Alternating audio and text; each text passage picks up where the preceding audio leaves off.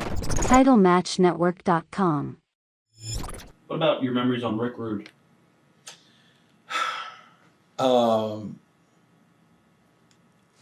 It's funny. What I remember most about Rick Rude was when he came to work for us there. He had like the best looking valet that I'd ever seen.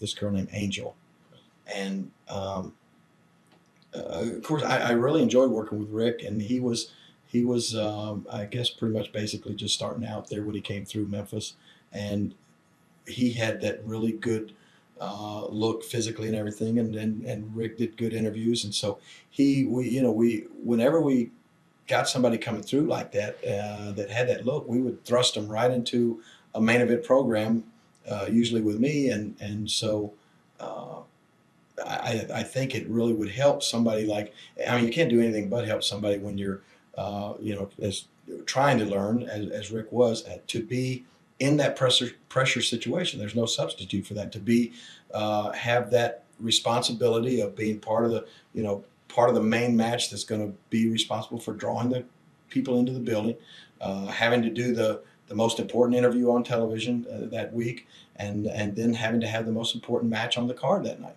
That's that's where it's a make it or break it situation, and Rick came in for us and did real well. We drew some big crowds with Rick. As I said, but the main thing I remember about him was his valet. She was so good looking. And the neatest thing, it was like the first time they got so much heat, and she would do things in the match, and they had so much heat that I think it was the first time ever that I gave a pile driver or did a big move to a female. And we talked about it beforehand, and we thought, if I do this, is this going to make me a heel, or is this going to turn the people off? And the two things that I remember about that pile driver was when I stuck her head between my legs and picked her up, I glanced down, and she wasn't wearing any panties. And I held her for a long time before I pile driver. That's the first thing I remember about. That was my favorite pile driver of all time, even better than the Andy Kaufman pile driver. And the second thing I remember about it was when I actually gave her the pile driver. I honestly think that may have been the biggest pop that I ever heard in the Coliseum. Maybe even as big or bigger than when I finally beat Kurt Hennig to win the world title there. It was just, and it may have just seemed that way to me because we were apprehensive about it. We were wondering if the people would be mad at me for pile driving a girl. But it was like, that's what they wanted to see. And the roof came off him. I think it was a fun pile driver. What are your memories of the whole Andy Kaufman feud, since you just touched on it a little bit? Oh, well, without a doubt, Andy Kaufman is probably the best thing that ever happened to me, that best thing that ever happened to my career. I mean, who would have ever thought that having a little run-in 17 years ago that people would still be talking about it to this day and making movies about it using one of the biggest stars in Hollywood, Jim Carrey, and me getting to play myself, and it's mind-boggling to think of how many good things that led to, and it was all because Andy, like myself, was a lifelong wrestling fan.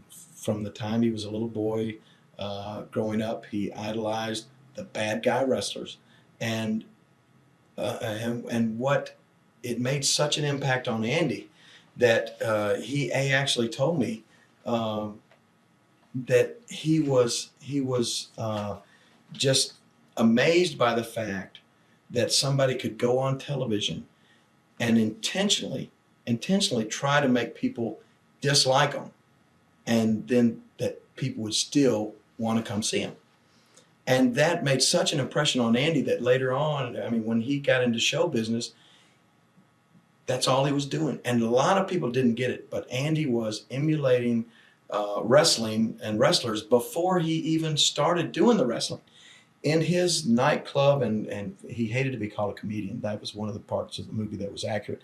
But in his performances, Andy was intentionally trying to make people dislike him, but he still wanted them to think enough of him that they would come to see him. He wanted to entertain them enough that they would still come to see Andy. He was playing bad guy wrestler, even when he was just being a stand-up comic. And so when he got the opportunity to do the wrestling, it was, I honestly think, like the biggest thrill of Andy's life. And I know for a fact that he even told me if he could have stayed full-time involved with wrestling, he would have given up all of the other forms of show business. That's how much he loved it, and that's how much he enjoyed it.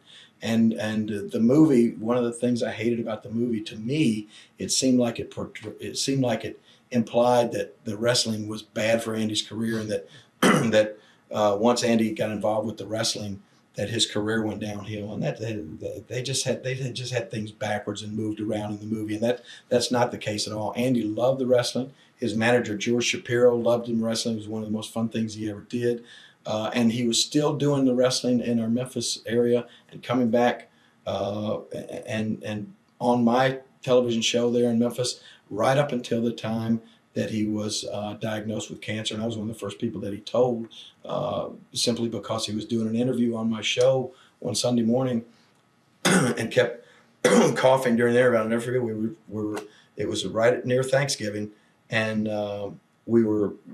we had Andy just in another part of the studio. The camera was on me, and then when it would cut to Andy, it made him appear that he was in another location or another part of the studio or whatever, but he was actually right over in the same room. And we were fixing this. We had a big picture of a turkey behind me, and we were going to superimpose Andy's face over the head of this turkey, and he was going to be our big Thanksgiving turkey. And Andy was saying, he was cutting that interview into the microphone. He says, "Let me tell you something, Mr. Lawler. If you if you put my face on that turkey, I promise you, I will sue you. I'll have my lawyers in here tomorrow." And I just thought he had a cold or whatever. And then after the show, he came to me and he said, "I apologize for not being able to get through that interview, but," he said, "I've been diagnosed with lung cancer." And true to like the movie, I thought Andy was joking. I thought he was kidding at first, but it didn't. It only took a couple of minutes for him to convince me that that was the truth. And Andy, I think he lasted about 4 months from the time he was diagnosed till the time he died. But he loved wrestling and was just the neatest guy ever. People ask me to this day, was he a nut? Was he weird? And he was not. He was brilliant, and he was so respectful of wrestling, and so respectful. You can ask any of the wrestlers that had the pleasure of meeting Andy. He referred to everybody as Mr. Lawler or whatever your name was, and sir this and yes ma'am, and he just was in awe of wrestling and loved it, and I think Andy certainly helped my career and helped wrestling in general, and I really miss the guy. TitleMatchNetwork.com